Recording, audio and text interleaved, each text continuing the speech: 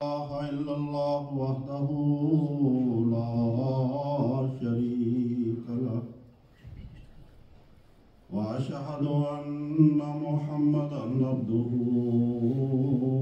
ورسوله فألهمها فجورها وتقواها۔ ان آیات میں اللہ تعالیٰ نے انسانی نفس کی قسم کھائی ہے، اور اللہ تعالیٰ فرماتا ہے کہ وَنَفْسٍ وَمَا سَوَّاهَا، کہ انسانی نفس کی قسم جس کو اللہ تعالیٰ نے بے عیب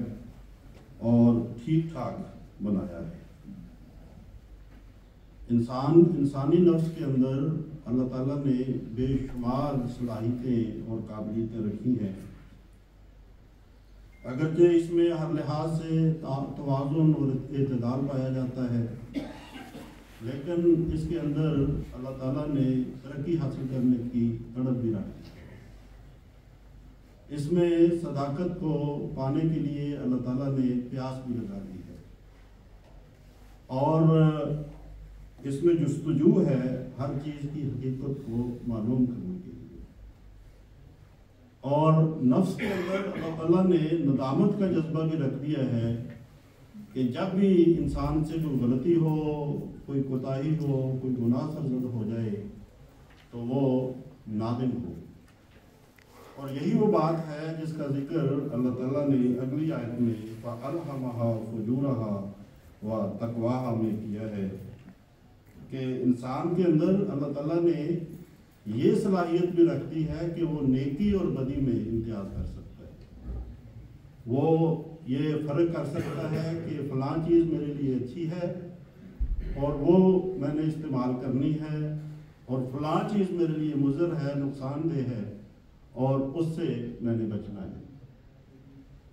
قرآن کریم سے یہ بھی پتہ چلتا ہے کہ اللہ تعالیٰ نے انسان کے درمیان دونوں قسم کے میلان پیدا کیے ہیں، اچھائی اور برائی کا میلان بھی، نیکی اور بدی کا میلان، اور اسی طرح اللہ تعالیٰ نے انسان کے اندر خیر اور شر، یہ دونوں میلان اللہ تعالیٰ نے انسان کے اندر پیدا کیے ہیں، اور ان دونوں میلانوں کے اندر ایک جنگ ہے جو جاری ہے، ایک کشمکش کی کیفیت میں انسان اپنی زندگی بسر کرتا ہے۔ کبھی اس کا میلان شر کی طرف چلا جاتا ہے، کبھی اس کا میلان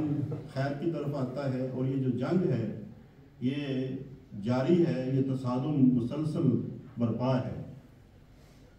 اور جب تک یہ تصادم قائم رہتا ہے انسان کی روح اور اس کا نفس بے چین رہتا ہے، بے قرار رہتا ہے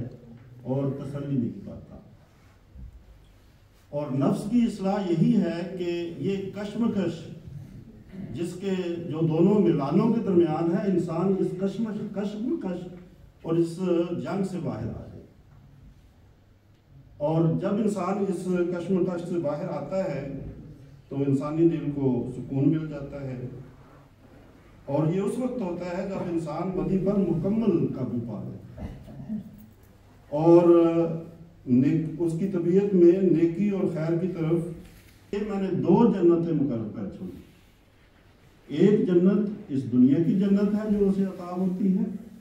اور ایک جنت وہ ہے جو پھر آخرت میں اللہ تعالیٰ اس کو عطا کرے گا۔ اب یہ جو مقام ہے اس کا ذکر اللہ تعالیٰ نے اس سے اگلی آیت میں کیا کہ قد افلح من زکاہا، یقیناً وہ شخص کامیاب ہو گیا جس نے اپنے نفس کو پاک کیا اور اپنے نفس کی اصلاح کر لی، جس نے اپنے نفس کو گناہوں سے پاک کر لیا، اور جس نے اپنے نفس میں نیکی کی نشوونما کی، یعنی اس کی اصلاح کر لی، تو کامیابی اور کامرانی ایسے لوگوں کا مقدر ہوا کرتا ہے۔ اللہ تعالیٰ نے اس دنیا میں بے شمار انبیاء بھیجے، ہم جانتے ہیں، حدیث میں آتا ہے کہ 1,24,000 پیغمبر اللہ تعالیٰ نے اس دنیا میں بھیجے ہیں۔ کوئی مشرق میں آیا، کوئی مغرب میں آیا، کوئی شمال میں آیا، کوئی جنوب میں آیا، کوئی ایک قوم، کوئی ایک علاقہ ایسا نہیں ہے جہاں اللہ تعالیٰ نے اپنی ہدایت کے لیے انبیاء نہ بھیجے۔ ہر نبی کا یہ کام تھا. قرآن کریم سے یہ پتہ چلتا ہے کہ ہر نبی اس مقصد کو اپنے ساتھ لے کے آیا کہ اس نے لوگوں کے نفس کی اصلاح کرنی ہے اور اس نے کوشش کرنی ہے کہ لوگوں کو تزکیہ نفس حاصل ہو جائے، یعنی ان کا نفس ہر قسم کے گناہوں اور خرابیوں سے پاک ہو جائے اور ان کے نفس کی اصلاح ہو کے وہ نفس خدا تعالیٰ سے محبت کرنے لگے، خدا کی رضا کی راہوں پر چلنے لگے. یہی بات ہے جس کے لیے ہمارے پیارے آقا حضرت محمد مصطفیٰ صلی اللہ علیہ وآلہ وسلم تشریف لائے تھے. اور قرآن کریم نے اس کا ذکر کیا. قرآن کریم میں اللہ تعالیٰ فرماتا ہے کہ محمد مصطفیٰ صلی اللہ علیہ وآلہ وسلم کے بنیادی کاموں میں سے یہ کام ہے کہ یتلو علیہم آیاتہ، کہ آپ صلی اللہ علیہ وآلہ وسلم لوگوں پر اللہ تعالیٰ کی آیات پڑھ کے سنائیں. وَيُزَكِّيهِمْ، اور اس کے ذریعہ سے وہ ان کا تزکیہ کریں، ان کے نفوس کی اصلاح کریں. وَيُعَلِّمُهُمُ الْكِتَابَ وَالْحِكْمَةَ، اور وہ کتاب اور حکمت لوگوں کو سکھائیں کہ لوگ دنیا کے کام سے نکلیں اور اصل طہارت حاصل کریں اور فرشتوں کی سی زندگی بسر کریں.